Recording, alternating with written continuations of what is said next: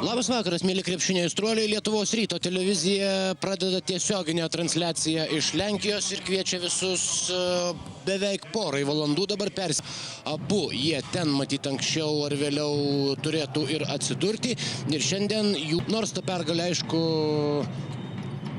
turnyro lentelės prasme arba kovojant dėl patekimo į kitą po nelengvos kovos, namuosegi kol kas rungtynių nepralaimėję Vilniaus Lietuvos ryto krepšininkai turi galimybę Celtic komandoje praėjusiame sezone rungtyniavęs Belgrado Partizano ekipoje 2 taškus pelno Renaldas Seibutis.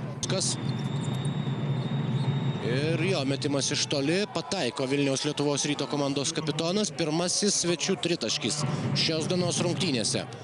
14 ir prarado tą turėtą šiokią tokią erdvę. Tačiau viskas sėkmingai baigė Predragas Samardžyski. Taiklus jo metimas iš po krepšio. Vėl šiokį tokį didesnį pranašumą.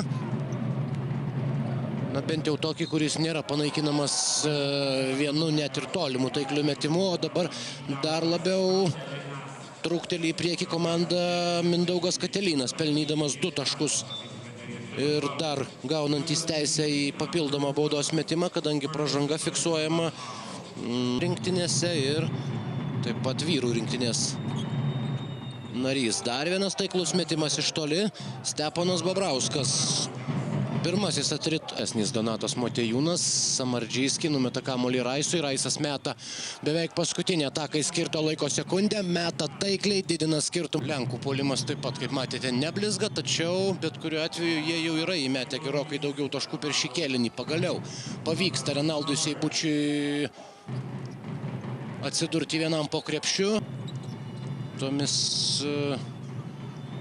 pauzėmis žaidime geriau pasinaudojo Lenkų klubas. Sugebėjęs ne tik panaikinti varžovų persvarą, tačiau įžaidėja. Katelynas, Jomantas iš 3 taškų zonos. Dar vienas taiklus metimas. Antrą kartą jau leidžia laisvam mesti Artūrui Jomantui Lenkai ir antrą kartą už tai jie yra baudžiami taikliais tolimais metimais. Po šio tritaškio rezultatas lygus. Taikliai, na, arba ne. Čia jau priklauso nuo požiūrio. Atakoja abi komandos iš 2 taškų zonos, o dabar nukrenta kamuolys tęsusiam kovą grumtinės baudos aikštelėje į rankas Lorensui Robertsui ir 13.